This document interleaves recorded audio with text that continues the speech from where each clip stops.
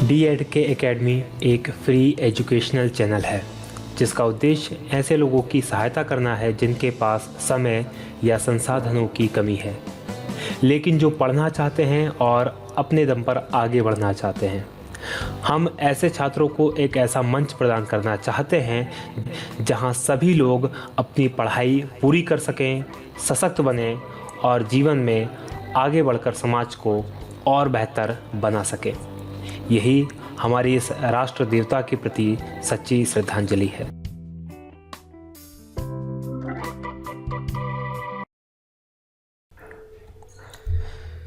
साथियों नमस्कार, बहुत स्वागत है आपका DNK एकेडमी में। मैं हूं भगवत दांगी, फाउंडर DNK एकेडमी।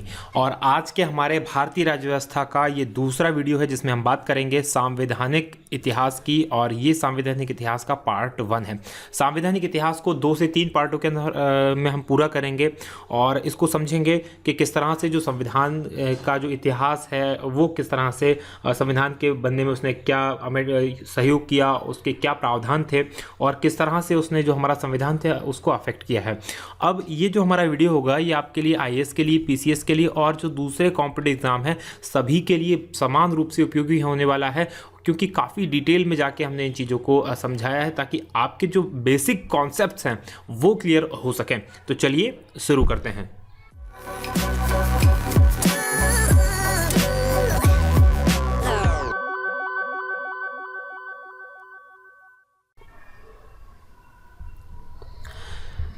देखिए, भारत के अंदर अगर हम बात करें सांवैधानिक इतिहास की, तो भारत की, क्योंकि विश्व की सबसे प्राचीन सभ्यताओं में से भारत रहा है और जैसा किसी भी देश में होता आया है, मानव सभ्यता में विशेषकर जो होता आया है कि मानव सभ्यता की शुरुआत में जो राज व्यवस्था रही है, उससे भी पहले अगर राज व्यवस्था से भी पहले हम जाएं तो रही है वहाँ पर एक कबीलाई टाइप की व्यवस्था थी। कबीले होते थे, उसका एक सरदार होता था और जो सरदार कहता था वही कानून होता था, वही नियम होता था और उसी को पूरा कबीला फॉलो करता था।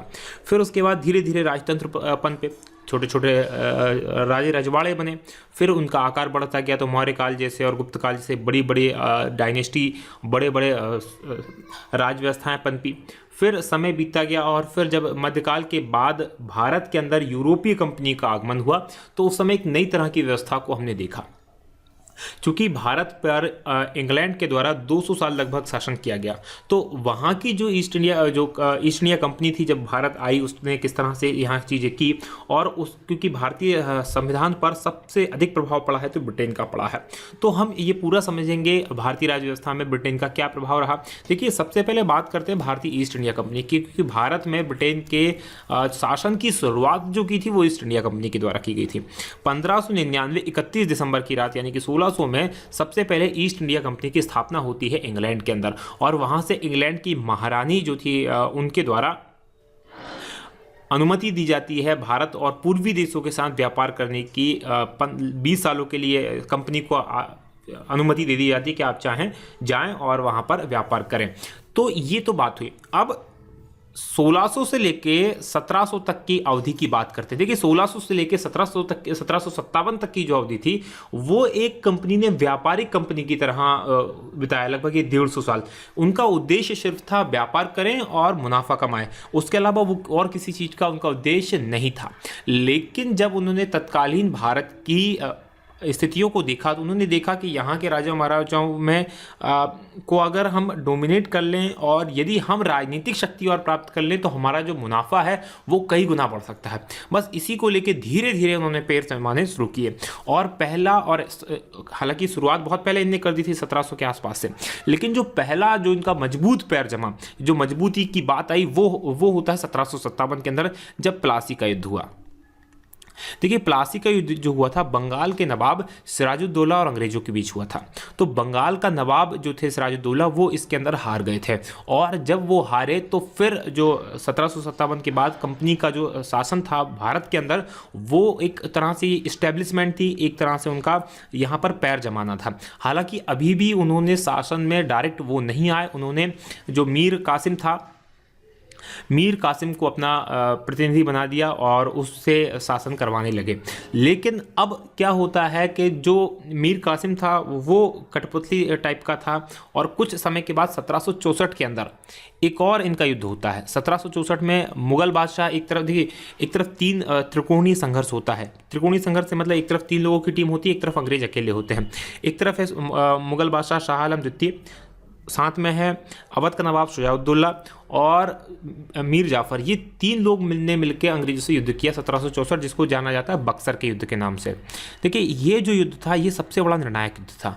इस युद्ध में अंग्रेजों की विजय हुई, और अंग्रेजों की विजय होने के बाद सबसे बड़ी शक्ति भारत की बन गए अंग्रेज, क्योंकि मुगलों को परास्त कर दिया, अवध के नवाब को परास्त कर दिया और बंगाल को परास्त कर दिया। तो इस तरह से सबसे बड़ी शक्ति बन के जो उभरे वो अंग्रेज भारत के अंदर सबसे बड़ी शक्ति बनकर उभरते हैं। तो यहाँ से शुरुआत होती है कंपनी के राजनीतिक शासन की भारत के अंदर, और सन 1757 से लेकर फिर ये 1857 तक कंपनी का शासन जाता है, क्योंकि 1857 में क्रांति होती है और 1858 के बाद से लेकर फिर भारत के अंदर ब्रिटिश क्राउन का जो है सीधा हस्तक्षेप हो जाता है। तो 1857 से लेकर तो 1947 तक ब्रिटिश क्राउन यहाँ पर राज करता। तो मतलब तीन स्टेजेस हैं भारत के अंदर ईस्ट इंडिया कंपनी की। पहली एक व्यापारिक कंपनी के रूप में, फिर एक शासक के रूप में, और फिर जो 1857 के बाद कंपनी समाप्त हो जाती है, और फिर ब्रिटेन की जो संसद होती है वो सीधे आ जाती है सामने। तो ये तीन स्टेज में बात करेंगे। आज का जो वीडियो होगा उसमें हम बात करेंगे सन 1757 के बाद से लेकर 1857 के बीच में जो एक्ट आए, अधिनियम आए, उनकी बात करेंगे। देखिए इस समय के जो अधिनियम आए थे, ये जो सारे के सारे अधिनियम थे ये ब्रिटिश संसद लेके आ रही है। ब्रिटिश में जो संसद है वो लेके आ रही है, और ये भारत के लिए ना होकर उस कंपनी के लिए, ध्यान दीजिएगा, ये भारत के लिए नहीं है, ये कंपनी के लिए। हालांकि लागू भारत में होंगे, लेकिन इनका उद्देश्य जो है वो कंपनी को रेगुलेट करना है, कंपनी को नियंत्रण के अंदर लाना है। और फिर भारत के लिए तो कंपनी अलग से जो कानून वगैरह बनाती है वो कंपनी का काम है, जो गवर्नर जनरल है उसका काम है वो भारत के लिए कानून बनाए। तो आज हम भारत के उन्हीं कानूनों की बात करेंगे जो 1757 से लेकर तो 1857 से पहले यानी 1853 तक जो कानून आए उनकी हम बात करेंगे। और इनको कहा गया राजलेख, इनको कहा गया राजलेख या चार्टर एक्ट, चार्टर एक्ट। और उसके बाद ये 1858-57-53 के बाद जो कानून आए उनको कहा गया अधिनियम, इनको अधिनियम कहा गया, या भारत शासन अधिनियम के नाम से इनको जाना गया, भारत परिषद अधिनियम या भारत शासन अधिनियम के नाम से। तो चलिए बात करते हैं। सबसे पहला जो था 1773 का रेगुलेटिंग एक्ट। देखिए भारत के अंदर ईस्ट इंडिया कंपनी ने अपने पैर जमा लिए हैं, 1764 का युद्ध जीत लिया, बंगाल के ऊपर शासन कर लिया, और कंपनी अब जो सिनेरियो जो बन रहा है, कंपनी भारत के अंदर सबसे बड़ी ताकत के रूप में उभर रही है। तो क्या हुआ, महसूस ये हुआ इंग्लैंड में जो सरकार थी, ब्रिटिश सरकार, कि भाई एक कंपनी हमारे यहाँ की कंपनी है, भारत के अंदर इसका शासन जमा है, तो क्यों ना उसका फ़ायदा हमें भी मिले। तो उन्होंने क्या काम किया, क्योंकि ये वहाँ से अनुमति लेके आए थे वहाँ की महारानी से, इसलिए इन पे नियंत्रण बनाने के लिए क्या किया, ये जो था भारत के अंदर ईस्ट इंडिया कंपनी के कार्यों को नियमित और नियंत्रित करने की दिशा में ब्रिटिश सरकार द्वारा उठाया गया पहला कदम था, क्योंकि ये चाहते थे कि अब इसको और नियमित करें ताकि उसका फ़ायदा हमें भी मिले, यानी ब्रिटेन को भी उसका फायदा चाहिए था। अर्थात कंपनी के शासन पर संसदीय नियंत्रण स्थापित किया गया। संसदीय नियंत्रण मतलब जो ब्रिटेन की संसद थी उसका नियंत्रण स्थापित किया गया, किसके ऊपर, कंपनी के ऊपर, कि भाई आप हमें जानकारी दोगे, आप हमें रिपोर्ट करोगे। तो ये सारी चीज़ें जो थी उसका किया गया। फिर इस एक्ट के बाद पहली बार कंपनी के जो राजनीतिक काम थे और प्रशासनिक काम थे उन कार्यों को मान्यता दी गई ब्रिटिश संसद के द्वारा कि आप जो कर रहे हो वो ठीक है। अब इसके द्वारा केंद्रीय प्रशासन की भारत के अंदर नींव पड़ी, क्योंकि इससे पहले तक कोई केंद्रीय प्रशासन की व्यवस्था नहीं थी, क्योंकि राजतंत्र था और राजतंत्र के अंदर चीज़ें अलग तरीके से होती थी। यहाँ पर अब जो आया है वो एक औपनिवेशिक शासन है और इसमें केंद्रीय प्रशासन की नींव पड़ी, क्योंकि एक सेंटर बन गया और उस समय जो सेंटर बना था वो बंगाल बना था। तो एक सेंटर गवर्नमेंट की या सेंटर एडमिनिस्ट्रेशन की उस समय नींव पड़ी थी। साथ में बंगाल के गवर्नर को अब बंगाल का गवर्नर जनरल बना दिया गया। ये बहुत इंपॉर्टेंट समझने वाली बात है। क्या हुआ था उस समय के अंदर 3 प्रेसिडेंसी थी या 3 राज्य समझ लीजिए आप, राज्य थे। एक था बंगाल, एक मद्रास और एक बॉम्बे। तो ये 3 3 स्टेट थे, 3 प्रदेश थे और 3 प्रेसिडेंसी जो भी कहा जाए ये थी। तो इनके तीनों के अलग अलग गवर्नर होते थे और ये तीनों गवर्नर अलग अलग हुआ करते थे। लेकिन 1773 के रेगुलेटिंग एक्ट के तहत क्या कर दिया गया कि जो अब बंगाल का गवर्नर होगा उसका पदनाम चेंज करके बंगाल का गवर्नर जनरल बना दिया गया और उन दोनों मद्रास के और बंबई के गवर्नर जनरल के ऊपर उसे कर दिया गया कि अब ये बड़ा कौन है, बंगाल का गवर्नर, और उसके अधीन कौन है, मद्रास का गवर्नर जनरल और बॉम्बे का गवर्नर जनरल। तो इस तरह से जो बंगाल के पहले गवर्नर जनरल बने वो बने वॉरेन हेस्टिंग और ये बन गए बंगाल के पहले गवर्नर जनरल। जबकि जो बंगाल के पहले गवर्नर थे वो रॉबर्ट क्लाइव थे। जो क्लाइव महोदय थे, रॉबर्ट क्लाइव, वो बंगाल के पहले गवर्नर थे और गवर्नर जनरल, और ये गवर्नर जनरल अभी बंगाल का गवर्नर जनरल है, भारत का गवर्नर जनरल नहीं है। चलिए और क्या किया गया, 1774 में कलकत्ता में एक सर्वोच्च न्यायालय की स्थापना की गई। इसके अंदर 3 जो एक मुख्य न्यायाधीश और 2 अन्य न्यायाधीश हुआ करते थे। इस तरह से 3 सदस्यों का एक सर्वोच्च न्यायालय स्थापित किया गया कलकत्ता में। कंपनी के कर्मचारियों को बिना लाइसेंस व्यापार करने पर प्रतिबंध लगा दिया गया। होता क्या था उस समय, जो कंपनी के कर्मचारी होते थे विश्व के अंदर सबसे ज़्यादा सैलरी कमा पाने वाले ये लोग होते थे। उस समय अगर कोई यहाँ 10 जो ईस्ट इंडिया कंपनी थी उसमें 10 साल काम कर ले तो वो अरबपति बन के इंग्लैंड वापस जाता था, क्योंकि वो अपनी कंपनी जो अपने काम के साथ साथ जो सैलरी मिलती थी उसके अलावा व्यापार भी कर सकते थे। लेकिन इस एक्ट के तहत क्या कर दिया गया, उनको भैया कि अब आपको भी व्यापार करना है तो उसके लिए आपको लाइसेंस लेना पड़ेगा। बिना लाइसेंस के अब कंपनी के कर्मचारी भी व्यापार नहीं कर सकते। दूसरा जो किया गया कि शासन की समस्त सैनिक और सिविल शक्तियों को गवर्नर जनरल और उसकी 4 सदस्यीय परिषद को सौंप दिया गया। मतलब अब जो शासन प्रशासन होना था उसकी जितनी भी शक्तियां थी, चाहे वो सैनिक शक्ति हो चाहे वो सिविल शक्ति हो, सारी की सारी भारत के लिए जो थी वो गवर्नर जनरल को सौंप दी गई कि गवर्नर जनरल महोदय ही भारत के अंदर सारी चीज़ों को देखेंगे। और गवर्नर जनरल की सहायता के लिए एक 4 सदस्य की परिषद बनाई गई, वो गवर्नर जनरल को असिस्ट करती थी, उसके कामों में उसे सहयोग करती थी। तो ये था 1773 का रेगुलेटिंग एक्ट। अब बात करते हैं पिट्स इंडिया एक्ट। पिट्स महोदय भारत जो इंग्लैंड के जब प्रधानमंत्री बने तो उनके द्वारा ये एक्ट लाया गया, इसलिए इसको पिट्स इंडिया एक्ट कहा जाता है। ये लाया गया था 1784 के अंदर। देखिए इस एक्ट के माध्यम से कंपनी के व्यापारिक और राजनीतिक क्रियाकलापों को अलग अलग किया गया, क्योंकि कंपनी जो है एक तो व्यापार तो कर रही भारत के अंदर, दूसरा राजनीतिक काम भी कर रही, क्योंकि उसने एक भारत के बहुत बड़े हिस्से पर अपना कब्जा कर लिया है, तो वहाँ के राजनीतिक कामों को भी देख रही है। तो क्या किया गया कि भाई अब आपके राजनीतिक काम अलग होंगे और व्यापारिक काम अलग होंगे। और किस तरह से किया गया कि व्यापारिक क्रियाकलापों के लिए कि जो आप व्यापारिक क्रियाकलाप करेंगे उनको कंपनी के निदेशकों को आपको रिपोर्ट करना पड़ेगा। मतलब जो कंपनी बनाई है, कंपनी जो बनाती है, उनका एक निदेशक मंडल जो होता है, एक निदेशक मंडल होता है जिसे कोर्ट ऑफ डायरेक्टर्स कहा जाता है, तो वो होता है, तो वही उनको आप देखेंगे, उनको आप रिपोर्ट करेंगे। जबकि जो राजनीतिक क्रियाकलाप होंगे उनके नियंत्रण और पर्यवेक्षण के लिए ये जो होंगे, ये नियंत्रण मंडल या बोर्ड ऑफ कंट्रोल की स्थापना की गई। एक नया बोर्ड ऑफ कंट्रोल बनाया गया। एक तो था बोर्ड ऑफ डायरेक्टर्स या कोर्ट ऑफ डायरेक्टर्स, दूसरा बोर्ड ऑफ कंट्रोल। ये क्यों बनाया गया कि भाई आप व्यापारिक काम कौन देखेगा, बोले आप कंपनी के डायरेक्टर, क्योंकि कंपनी आपने बनाई है, आप व्यापार करने के लिए आप व्यापारिक काम देख लेकिन राजनीतिक काम आप नहीं देखोगे, राजनीतिक काम सरकार देखेगी। तो सरकार ने क्या बना दिया, एक नियंत्रक मंडल बना दिया या बोर्ड ऑफ कंट्रोल की स्थापना की, और जिसके सदस्यों की जो नियुक्ति होती थी वो कौन करता था, ब्रिटिश सम्राट करता था। और अल्टीमेटली ब्रिटिश सम्राट के पास इंग्लैंड के अंदर कोई अधिकार नहीं है, सारे अधिकार संसद के पास है। जिस तरह से भारत में राष्ट्रपति के नाम से सारे काम होते हैं, उसी तरह से ब्रिटेन में ब्रिटिश सम्राट के द्वारा के नाम से सारे काम होते हैं, करती संसद ही है। तो ब्रिटिश सम्राट द्वारा इनकी नियुक्ति की जानी थी। तो एक तरह से अब एक 2 पैरेलल बॉडी बन गई, एक व्यापारिक कामों के लिए अलग बॉडी को यहाँ के लोगों को या फिर जो कंपनी थी उसको रिपोर्ट करना है, और राजनीतिक मामलों के लिए अलग बॉडी को रिपोर्ट करना है। गवर्नर जनरल की जो परिषद में थी उसमें उसमें के अंदर 4 सदस्य थे, लेकिन इसमें कम करके कर दिए गए 3 सदस्य, एक सदस्य को अब हटा दिया गया। तो इस तरह से गवर्नर जनरल और उसके 3 सदस्य, यही भारत के अंदर समझ लीजिए उस समय यही कार्यपालिका थी और यही व्यवस्थापिका थी। इन्हीं का काम भारत के लिए कानून बनाना था और इन्हीं का काम भारत के लिए कानून बनाए गए कानून को लागू करना था। तो यहाँ से बिल्कुल बेसिक शुरुआत होती है। भारत के कंपनी अधिकृत क्षेत्रों को पहली बार नया नाम दिया गया। क्या नाम दिया गया, ब्रिटिश अधिकृत भारतीय प्रदेश। ये प्रवेश नहीं है, प्रदेश है। ब्रिटिश अधिकृत भारतीय प्रदेश, ये नाम दिया गया कंपनी के, जो कंपनी ने भारत के अंदर जिन जगहों को जीता था उनको और जिन पर कब्जा था।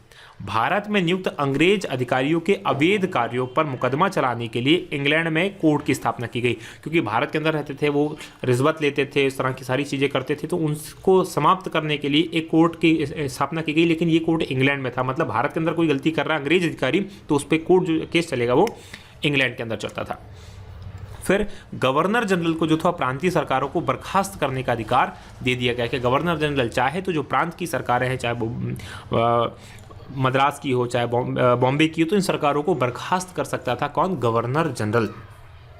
1786 का अधिनियम, देखिए इसके बाद आता है 1786, इसको एक्ट ऑफ सेटलमेंट के नाम से भी जाना जाता है। इसमें व्यवस्था क्या की गई है कि विशेष परिस्थितियों में गवर्नर जनरल को अपने परिषद के निर्णय को निरस्त करने का अधिकार दिया गया और गवर्नर जनरल को प्रधान सेनापति की भी सारी शक्तियां प्रदान की गई। ये एक इंपॉर्टेंट था, क्योंकि इससे पहले तक जो सारे निर्णय लेते थे वो परिषद मिलकर लेती थी, परिषद बहुमत से निर्णय करती थी। लेकिन इसमें क्या कर दिया गया कि गवर्नर जनरल को यदि उचित लगे विशेष परिस्थितियों के अंदर तो गवर्नर जनरल परिषद के निर्णय को निरस्त कर सकता है और अपना निर्णय लागू कर सकता है। साथ में जो प्रधान सेनापति जो होता है उसकी भी सारी शक्तियां गवर्नर जनरल को ही दे दी गई कि आप ही भारत के प्रधान सेनापति हो। जिस तरह से भारत में जो प्रधान सेनापति वर्तमान में होते हैं राष्ट्रपति होते हैं, उसी तरह से प्रधान सेनापति जो बना दिया गया गवर्नर जनरल को बना दिया गया। बात करते हैं 1793 का चार्टर एक्ट। देखिए 1793 के चार्टर एक्ट के द्वारा अब यहाँ से हर 20 साल के बाद एक एक्ट आना चालू हो गया है। 1793 के चार्टर एक्ट के द्वारा क्या किया गया कि जो नियंत्रक मंडल था यानी कि बोर्ड ऑफ कंट्रोल जो था उसके सदस्यों को भारतीय राजस्व से वेतन देने की व्यवस्था की गई। इससे पहले तक जो उन्हें वेतन दिया जा रहा था वो इंग्लैंड के राजकोष से वेतन दिया जा रहा था, लेकिन अब किससे दिया जाने लगा? भारत के राजस्व से उनको वेतन दिए जाने का काम किया गया। अगला किया गया, ब्रिटिश भारतीय क्षेत्रों में लिखित विधियों द्वारा प्रशासन की नींव पड़ी और सभी कानून और नियमों की व्याख्या करने का अधिकार न्यायालय को प्रदान किया गया। तो इस तरह से जो लिखित विधियां थी, कानून बनाने का जो शुरुआत की गई वो यहाँ से पड़ी और प्रशासन जो था कानून बना के सारी चीज़ें करता था। तो ये इंपॉर्टेंट है। इसके अंदर जो ज़्यादा पूछा जाता है वो ऊपर वाला पॉइंट ज़्यादा पूछा जाता है, इसलिए ये बहुत ज़्यादा इंपॉर्टेंट हो जाता है। फिर 20 साल बाद आता है 1813 का चार्टर एक्ट। देखिए कंपनी के व्यापारिक एकाधिकार को समाप्त कर दिया गया। अभी तक क्या था, जो ईस्ट इंडिया कंपनी थी वही केवल भारत और पूर्व के देशों के साथ व्यापार कर सकती थी। इंग्लैंड की कोई और कंपनी भारत के साथ व्यापार नहीं कर सकती थी। लेकिन इससे वहां के जो दूसरी कंपनियां था, क्योंकि वो देखते थे कि इनने इतनी प्रगति कर ली इतने समय में, तो वो जले भुने हुए थे। लगातार उन्होंने सरकार पर दबाव डाला कि भाई इस पर आप नियंत्रण कीजिए, हमें भी मौका दीजिए ब्रिटेन की भारत के ऊपर भारत के साथ व्यापार करने का, पूर्व के देशों के साथ व्यापार करने का। तो धीरे धीरे करके कंपनी का जब शासन स्टार्ट हुआ और 1813 तक आके फिर कंपनी के व्यापारिक एक अधिकार को समाप्त कर दिया गया और इसने बहुत बुरी तरह से इफेक्ट किया भारत की आर्थिक व्यवस्था को। जब हम इतिहास पढ़ेंगे तब मैं आपको बताऊंगा कि किस तरह से इस फैसले के द्वारा भारतीय जो अर्थव्यवस्था थी उसकी कमर तोड़ दी, क्योंकि अभी तक जो भारत था चीज़ों को, और 1813 के आसपास ही कंपनी के अंदर जो इंग्लैंड के अंदर है औद्योगिक क्रांति होती है और औद्योगिक क्रांति से वहाँ फैक्ट्रियाँ वगैरह लगती है। तो फिर जो भारत निर्यातक देश था, जो वस्तुओं बना के निर्यात करता था, अब यहाँ से कच्चा माल निर्यात करने लगा। तो वो सारी की सारी पूरी के एक पैरेलल चलती है कि किस तरह से उन्होंने अपना यूज़ किया, उसको हम समझेंगे।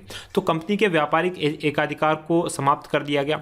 लेकिन ये 1 2 3 नहीं, चीन है, चीन के साथ और चाय का व्यापार पर एकाधिकार बना रहा। जो कंपनी थी उसका चीन के साथ और चाय के साथ, मतलब चाइना का जो पूरा व्यापार था उसके ऊपर एकाधिकार बना रहा और भारत के साथ जो चाय का व्यापार था उसके ऊपर कंपनी का एकाधिकार बना रहा। बाकी सब चीज़ों से एकाधिकार समाप्त कर दिया गया। भारतीयों की शिक्षा पर प्रतिवर्ष 1 लाख रुपए खर्च करने का प्रबंध उस समय प्रारंभ किया गया।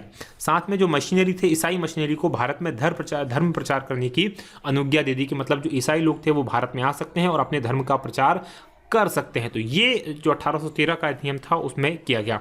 अब 20 साल बाद आता है 1833 का चार्टर अधिनियम और बहुत इंपॉर्टेंट हो जाता है 1833 का चार्टर अधिनियम। देखिए इसमें क्या किया गया, जो बंगाल का गवर्नर जनरल था, बंगाल के गवर्नर जनरल को संपूर्ण भारत का गवर्नर जनरल बना दिया गया। अभी तक बंगाल, देखो सबसे पहले बंगाल का गवर्नर आया रॉबर्ट क्लाइव, फिर 1773 में उस गवर्नर का पदनाम चेंज करके कर दिया गवर्नर जनरल। तो वारेन हेस्टिंग्स जो थे भारत के पहले, बंगाल के पहले गवर्नर जनरल बने, लेकिन अब बंगाल के गवर्नर जनरल का नाम चेंज करके कर दिया भारत का गवर्नर जनरल। तो अब जो था ये भारत के गवर्नर जनरल बन गए। तो पहले जो गवर्नर जनरल बने भारत के वो थे लॉर्ड विलियम बेंटिक, और लॉर्ड विलियम बेंटिक बंगाल के अंतिम गवर्नर जनरल भी थे। क्योंकि गवर्नर जनरल बंगाल का गवर्नर जनरल पर समाप्त कर दिया गया, उनको बना दिया गया भारत का गवर्नर जनरल। तो अंतिम बंगाल के अंतिम governor general William Bentinck, Bharat के प्रथम गवर्नर जनरल विलियम बेंटिक। साथ में क्या किया गया, शासन को पूरी तरह से केंद्रीकृत कर दिया गया। कैसे केंद्रीकृत किया गया कि बम्बई और मद्रास की परिषद जो थी, जो सरकारें थीं, उनको कानून बनाने की शक्तियां प्राप्त थी, उन शक्तियों को वापस ले लिया गया। अब जो मुंबई और मद्रास था, उनकी को विधि निर्माण करने की शक्तियां नहीं थी, वो अपने लिए कानून नहीं बना सकते थे। उनको कानून बनाने के लिए उनका कानून बनाता था जो गवर्नर जनरल, उसकी परिषद ही उनके लिए कानून बनाती थी। सब परिषद गवर्नर जनरल को पूरे भारत के लिए कानून बनाने का अधिकार दे दिया गया। गवर्नर जनरल की परिषद में विधि सदस्य के रूप में चौथे सदस्य को अब शामिल किया गया। देखिए 1773 में 4 सदस्य बनाए गए, 84 में 1 कम करके 3 कर दिया गया। अब 1833 में फिर एक और सदस्य बनाया गया और वो बनाया गया विधि सदस्य। और उस समय जो विधि सदस्य बने थे, लॉर्ड मैकाले बने थे उस समय विधि सदस्य। नीचे सभी व्यापारिक एकाधिकार जो कंपनी के थे, सभी व्यापारिक एकाधिकार उनको समाप्त कर दिया गया। अब चाय और चाइना के साथ का जो व्यापार था उसको भी समाप्त कर दिया गया। मतलब अब कंपनी पूरी तरह से व्यापारिक एकाधिकार समाप्त किया गया, व्यापार नहीं समाप्त किया गया। फिर से ध्यान दीजिए, व्यापारिक एकाधिकार का मतलब होता है अब सिर्फ कंपनी ही व्यापार नहीं करेगी, दूसरी कंपनियां भी आकर भारत में व्यापार कर सकती हैं। कंपनी को अब केवल क्या था, प्रशासनिक और राजनीतिक दायित्व सौंपे गए कि आप प्रशासनिक काम देखिए, राजनीतिक काम देखिए, व्यापार तो कर सकते हैं लेकिन एकाधिकार अब आपका व्यापार के ऊपर नहीं है। भारत के अंदर दास प्रथा को विधि विरुद्ध यानी गैर कानूनी घोषित कर दिया गया कि भारत के अंदर दास प्रथा मान्य नहीं होगी। इस तरह से, लेकिन इसका जो उन्मूलन किया गया वो 1843 में इसका उन्मूलन किया गया। यहाँ 1833 में गैर कानूनी घोषित किया और उन्मूलन 1843 में किया। कंपनी के अधीन पद धारण करने के लिए अब किसी भी व्यक्ति को धर्म, जन्म स्थान, मूल, वंश या रंग के आधार पर अयोग्य नहीं ठहराए जाने का उपबंध किया गया। मतलब अब कंपनी के अधीन कोई अगर पद लेना चाहता है, कंपनी में कोई कर्मचारी बनना चाहता है, तो उसको इस आधार पर कि व्यक्ति का धर्म क्या है, जन्म स्थान क्या है, मूल वंश क्या है, इस आधार पर उसे अयोग्य नहीं ठहराया जाएगा। ये व्यवस्था की गई। अब बात करते हैं 1843 का चार्टर अधिनियम, और ये कंपनी का भारत में रहते हुए अंतिम अधिनियम था, क्योंकि इसके बाद 1857 की क्रांति होती है और 1857 की क्रांति के बाद भारत के अंदर ताज का शासन या जो ब्रिटिश क्राउन था उसका शासन आ जाता है और ब्रिटिश जो कंपनी का शासन था वो समाप्त हो जाता है। देखिए 1853 के चार्टर अधिनियम के तहत क्या किया गया, इस अधिनियम द्वारा विधायी कार्यों को प्रशासनिक कार्यों से पृथक करने की व्यवस्था की गई। देखिए 2 तरह के कार्य होते हैं, एक होते हैं विधायी कार्य। विधायी कार्य मतलब जो कानून वगैरह बनाने के काम होते हैं वो विधायी कार्य कहलाते हैं, जबकि प्रशासनिक काम जो होते हैं डेली रूटीन के जो ऑफिशियल वर्क होते हैं, चाहे वो किसी कानून को लागू करवाना हो या कोई चीज़ करवानी हो, तो वो जो काम होते हैं वो प्रशासनिक काम होते हैं। तो विधायी कानून निर्माण के काम अलग कर दिए गए और प्रशासनिक कार्य अलग कर दिए गए।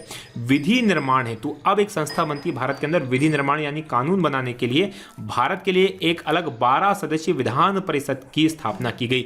अब कार्यपालिका से विधायिका को अलग कर दिया गया। अभी तक होता क्या था कि जो गवर्नर जनरल था और उसके 3-4 सदस्य थे वही भारत के लिए कानून बनाते थे और वही लागू करवाते थे, लेकिन अब इसमें अलग व्यवस्था कर दी गई कि भाई कानून बनाने का काम ये लोग करेंगे, 12 सदस्य की टीम कानून बनाने का काम करेगी और जो लागू करवाने का काम था वो जो गवर्नर जनरल होता था उसकी टीम करेगी। बंगाल के प्रशासनिक कार्यों के लिए, क्योंकि अब जो अभी भारत का गवर्नर जनरल ही बंगाल का गवर्नर जनरल होता था, तो उसके पास कामों की बहुत बड़ी संख्या थी, बहुत ज़्यादा काम वर्कलोड था, तो उसके क्या किया गया कि बंगाल के जो प्रशासनिक कार्य थे उनके लिए एक पृथक लेफ्टिनेंट गवर्नर नियुक्ति किया गया, उपराज्यपाल की नियुक्ति कर दी गई बंगाल के लिए कि भाई बंगाल का काम अब ये देखे, जो भारत का गवर्नर जनरल होगा बंगाल का नहीं देखेगा, पूरे भारत का काम देखेगा। विधि सदस्य को गवर्नर जनरल की परिषद का पूर्णकालिक सदस्य बना दिया गया। इससे पहले सदस्य तो बनाया गया था लेकिन वो पूर्णकालिक सदस्य नहीं था, तत्कालिक सदस्य था, कुछ समय के लिए था, लेकिन अब उसे कह दिया भाई अब आप पूर्णकालिक सदस्य बना दिए गए हो। कंपनी के कर्मचारियों की नियुक्ति के लिए नामजदगी के स्थान पर प्रतियोगिता परीक्षाओं के आधार बनाया गया। मतलब अब पहली बार प्रतियोगिता परीक्षा जो ICS की परीक्षा थी, इंडियन सिविल सर्विसेज की परीक्षाओं का आयोजन किया गया कि अब नामजदगी, मतलब पहले क्या होता था कि जो नामजदगी कर देते थे, मतलब उसकी सिफारिश कर देते कि भाई ठीक है ये अच्छा लड़का है, इसको नौकरी में ले लो, लेकिन अब कि भाई आपको प्रतियोगिता परीक्षा से गुजरना होगा, उसके बाद ही आप नौकरी पाओगे। तो इस तरह की व्यवस्था की गई। ब्रिटिश संसद को किसी भी समय कंपनी के शासन को समाप्त करने का अधिकार दे दिया गया। क्या ब्रिटिश संसद जब चाहे तब कंपनी के शासन को समाप्त कर सकती है।